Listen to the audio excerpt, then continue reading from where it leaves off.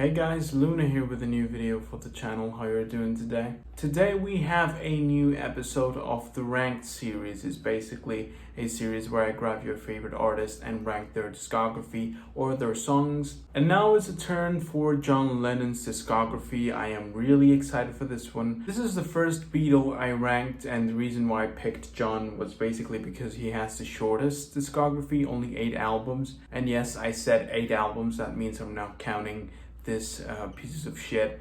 I think it would be useless to count them because they're just one of the most hideous pieces of music I've ever listened to in my entire life. Please remember that this is only my personal opinion, so if you have your own, feel free to leave it down below in the comments. I'm really excited to see what you guys think about his discography, but for now, let's go on with number 8.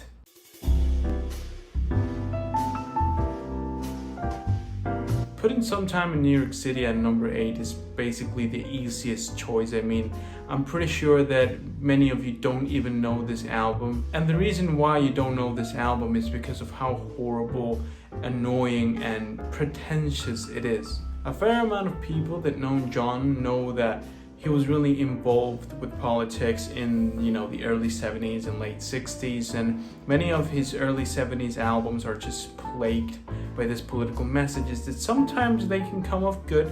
We've seen it in Plastic Ono Band and Imagine, but sometimes this happens. And even though politics have nothing to do with music, it sort of takes a lot of points away from this album if you actually see the compositions and the melodies and all of these different things that actually make a song.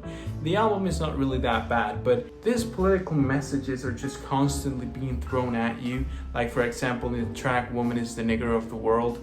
I don't really need to explain you what's wrong with that track, just look at the name. Then in songs like Angela, World of Water, New York City, Luck of the Irish, these songs have really nice melodies, and somehow the songs are not really that bad. But because of what they say and the way they sound so pretentious, like someone is lecturing you, it makes the songs annoying. This album really isn't that great. It does have a lot of, nice compositions by John, but these nice compositions are charged with political messages that can kind of ruin the song for you, are not as sugar-coated as the ones from Imagine, so don't expect something like that. These are way more straightforward, and that kind of ruins the charm that Imagine had in its political messages. So yeah, number 8, this album is just not it.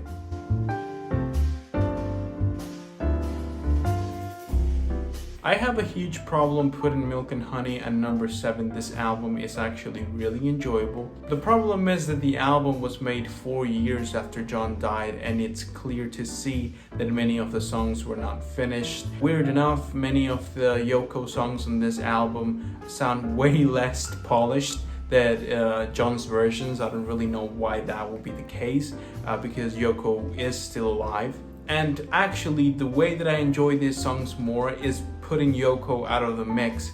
I don't really like any of the cuts she made on this album, not precisely because they're bad songs, but just because of the way they're performed. Yoko has always had this ability, this amazing ability, this talent of ruining songs with her performance. She knows how to sing, she knows how to, perform the songs properly, but she just doesn't. But if you're a John Lennon fan and you haven't jumped into this album thinking that these are just a bunch of unfinished songs, then definitely do check this album out, because you're gonna find some amazing songs. For example, Stepping Out, Nobody Told Me, Borrowed Time, My Little Flower Princess. There are many good songs on this album, but sadly Yoko is in this album and it's not doing a good job, so that's the reason why it's number 7.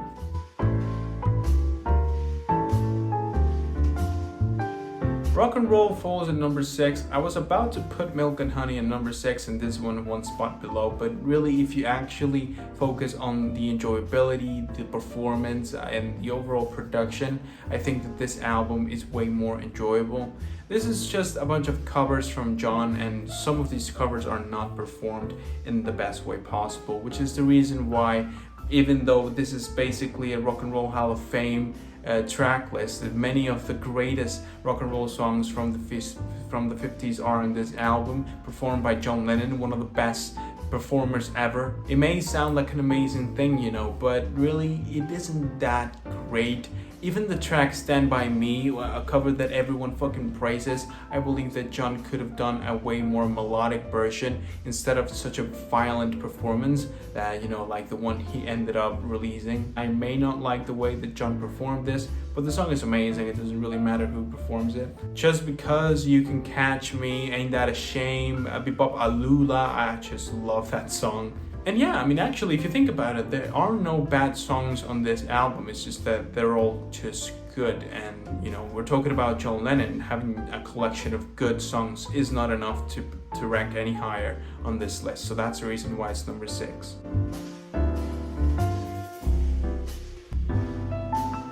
Walls and Bridges is at number 5. This is kind of a surprise for me because there are many songs on this album that I actually think are among John's best. One of my favorite songs from John Lennon is actually on this album, a song that I consider amazing, which is Dream 9. That song is so good that the rest of the album feels so much of a letdown, and you can kind of see how much potential was behind this album only through that song. You have, for example, the first top 10 song that John Lennon released in the US, if I'm not wrong, which Whatever Gets You Through the Night with Elton John. Also Scared is a track that I really enjoy. The rest of the track list is just fine, and some of the songs are not really that good, but you know, the good parts on this album are really good enough to put it above rock and roll, but it's just slightly above. It isn't that much of a better album, and actually in terms of, you know, overall enjoyability, they're both in the same lane. But this is all original, so that gives it enough credit to be above it, and has one of the best songs that John Lennon released, so yeah.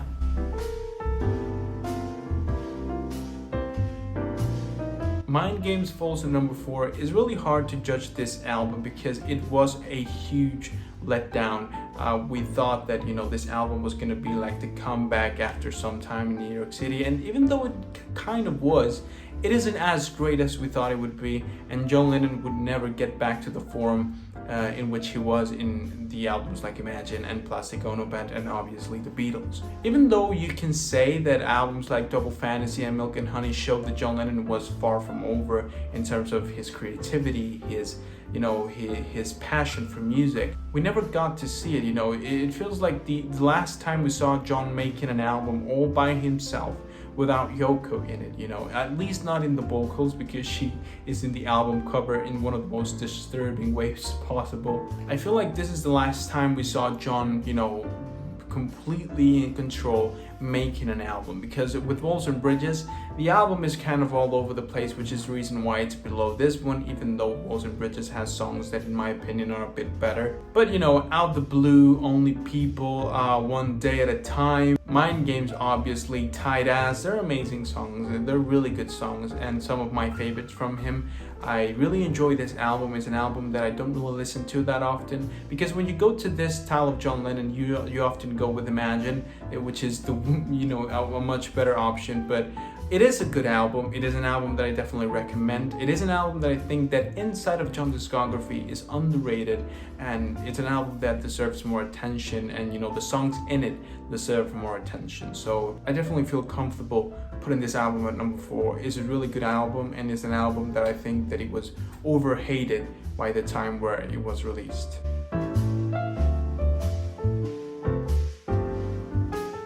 Now, putting Double Fantasy at number 3 is, you know, it's not fair in my opinion, but it's the only thing I can do. The reason why I think it's not fair is because I don't really enjoy this album as much because of Yoko. You know, I have no problem telling you my problems with Yoko and, you know, the way that she performs. I have said before that for me, she is someone that doesn't really give a fuck about disrespecting the song that she's performing. And this album is a clear evidence. Most of the times she has a good melody, a good beat, a good, you know, instrumental, and she completely destroys it like she did in Sometime in New York City with her horrible performance. You may think that she doesn't know how to sing, but in tracks like Yes, I'm Your Angel, she puts out a really convincing and emotional vocal performance that just makes me hate the other cuts on this thing even more. But you know, this album probably has some of my favorite compositions by John ever, You have Woman, for example, Just Like Starting Over, Beautiful Boy, Dear Yoko, Watching the Wheels. Almost every single John Lennon composition on this album is 10 out of 10. There's something about John's performance and something about the style of the music, something about the whole aura of the album that make you feel like John is happy again, like he was in a dark place. In albums like Walls and Bridges, Mind Games, Imagine, Plastic Ono Band, every single previous album you find him somewhat disturbed or in not such a good place in his life. And there's something so wholesome about it, knowing that he was happy at this moment only through the music. It amazes me how much can music deliver a message without necessarily the lyrics or the instrumental, but the whole thing. It's amazing to me. So even if sometimes I cannot really enjoy this album because of the way that Yoko performs in it, I do love this album. I have a lot of I really like to go back to this album from time to time and listen to these amazing compositions by John, because they're some of my favorites. So yeah, number 3 definitely. It would be higher, but the thing is that the 2 albums that are above it, there's no chance.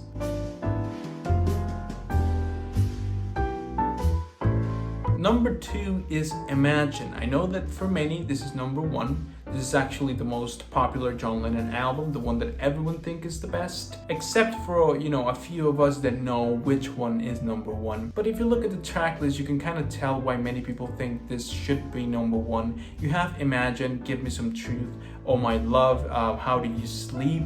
This almost feels like a compilation album only by looking at how amazing every single song on this album is. It's a great album, that's the best way to describe it.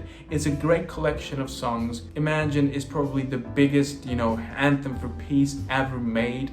How Do You Sleep is probably the first diss track in history, talking about Paul McCartney going hard at him. How remains, some sort of window to see how much of a troubled person John was and how many contradictions he had in his head. While Oh My Love, Oh Yoko, Jealous Guy, just show how in love he was with Yoko at the time. And it's really wholesome. Even if you don't like the girl, then you can really appreciate when an artist you love so much is so in love with someone. And this album is a testament of the love that John had for Yoko. Overall, this album remains one of my favorite albums ever released. It's amazing to come back to this album from time to time and just see how untouched it is, how fresh it still sounds, how good the production is still, and how great the performance by John is in every song. The only negative thing about this album is I Don't Want to Be a Soldier. I don't really know why that song is in there, but otherwise this album is nearly perfect, and the only reason why it's not number 1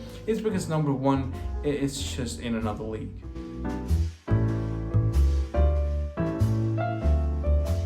Because number 1 is Plastic Ono Band, probably one of the most emotional and honest depictions of someone's personality. In this album, John does something that he continued to do throughout his career, but I think that he never did it with the amount of passion he did it on this album. And it's portraying his feelings no matter how it sounds. And I know that it's kind of hard to get an idea of what I'm saying, but for example in the track Mother, by the end of the track he just yells with this distorted and loud screams that only show how the level of emotion that he put into the performance of the track. An amazing song Mother is, talking about how he basically felt like an orphan at a certain point of his life. But the raw and loud demonstrations of John's feelings don't end there. Then with the track I Found Out, he goes even louder. And then with the track Well, Well, Well, which is one of my favorite songs for him, he goes even louder if possible, yelling so loud and so distorted. He just almost seems like he doesn't give a fuck about the song anymore. He just wants to yell and get it all out. And you really do, because even though you're not the one who's yelling, you kind of feel like you've let something off your chest. Compositions like Look at Me and Love are so beautiful, and the message is so so simple but still so important. The track Working Class Hero is another shot at the system and how it awards only the rich and, you know, leaves the poor in the ground. An amazing song from the lyrical point of view. I believe that even though it's kind of a simplistic song and it generalizes too much, it still gets the point across. And, you know, even if you don't share the opinion, you can value the amount of passion the song was performed and written with.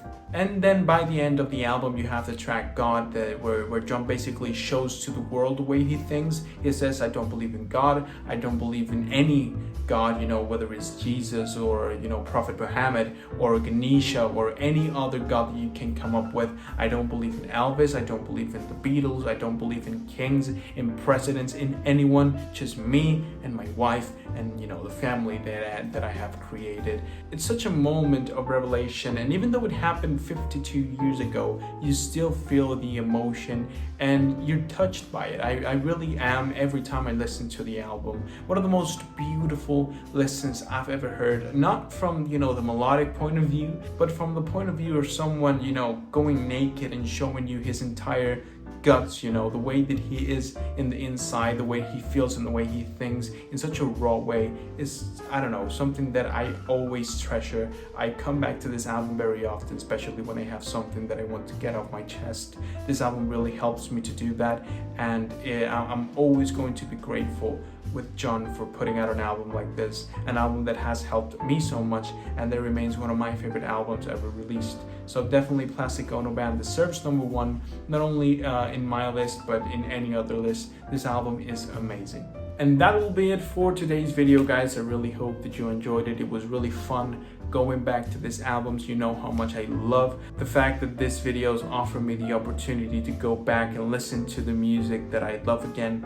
And with John, you know, there was no exception. Even though some of these albums are not really that good, it's always amazing to listen to John and learning from him as well, you know, because if John did something in his music was delivering a message that I know, you know, that I'm always willing to hear, no matter how much I disagree with it, especially in albums like New York City. But yeah, I mean, you know, it's a shame that I didn't get to see what John had up his sleeve in the 80s. I would love to see how that would go, but we couldn't see it, you know, and that's life. The only thing we can do as John Lennon fans is keep listening to his music, keep loving the things he released while he was still with us, and just be thankful that he existed, that he made these songs and he released his music. So yeah, I hope you enjoyed it, and I hope I can see you guys soon with a new video. But until then, bye.